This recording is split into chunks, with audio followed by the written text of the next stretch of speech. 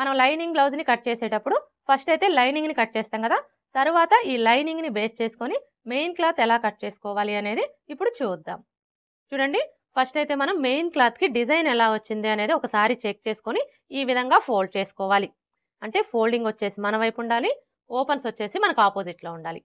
ఇలా ఫోల్డ్ చేసుకున్న తర్వాత ఇక్కడ చూడండి, మనకి డిజైన్ అయితే ఒకే వైపుకి వచ్చింది. ఇలా వచ్చినప్పుడు ఫస్ట్ మనం హ్యాండ్స్ని కట్ చేసుకోవాలి, తర్వాత బ్యాక్ పార్ట్, తర్వాత ఫ్రంట్ పార్ట్, ఈ విధంగా స్టెప్ బై స్టెప్ కట్ చేసుకోవాలి. ఇప్పుడు ఫస్ట్ అయితే హ్యాండ్స్ని తీసుకొని ఈ విధంగా పెట్టేసుకోవాలి. ఇలా పెట్టేసుకున్న తర్వాత ఇప్పుడు బ్యాక్ పార్ట్ని తీసుకొని ఈ విధంగా పెట్టేసుకోవాలి. చూడండి, మనం బ్యాక్ పార్ట్ని ఈ విధంగా పెట్టేసుకున్నప్పుడు మనకి లైనింగ్ క్లాత్ యొక్క ఫోల్డింగు అలాగే మెయిన్ క్లాత్ యొక్క ఫోల్డింగు రెండు ఒకే వైపునకు ఉండేలాగా చూసుకోవాలి. ఇప్పుడు ఫ్రంట్ పార్ట్ని తీసుకొని ఇలా క్రాస్గా పెట్టేసుకోవాలి. అంటే మనం లైనింగ్ని క్రాస్ కటింగ్ చేసుకున్నాం అనుకోండి, ఇక్కడ మెయిన్ క్లాత్ని కూడా క్రాస్ కటింగే చేసుకోవాలి. అదే లైనింగ్ని స్ట్రైట్ కటింగ్ చేసుకున్నాం అనుకోండి, ఈ మెయిన్ క్లాత్ని కూడా ఇలా స్ట్రైట్ కటింగే చేసుకోవాలి. ఇలా పెట్టేసుకున్న తర్వాత ఇప్పుడు షేప్ బెల్ట్ని తీసుకొని ఈ విధంగా పెట్టేసుకోవాలి. ఇలా పెట్టేసుకొని ఇప్పుడు మనకి ఈ లైనింగ్ కంటే కూడా మెయిన్ క్లాత్ వచ్చేసి చుట్టూ 1/2 ఇంచ్ ఎక్స్ట్రా ఉండేలాగా కట్ చేసుకోవాలి.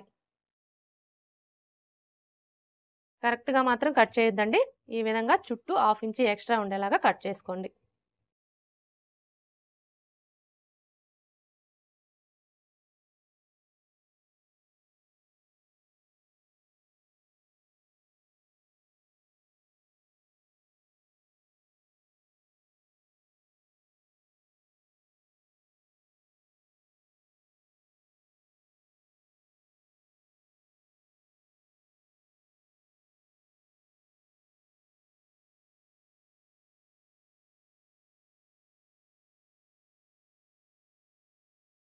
చూసారు కదా, ఇప్పుడు మనకి ఇది వచ్చేసి బ్యాక్ పార్ట్, ఇది వచ్చేసి ఫ్రంట్ పార్ట్, ఇవి వచ్చేసి హ్యాండ్స్, ఇవి వచ్చేసి షేప్ బెల్ట్.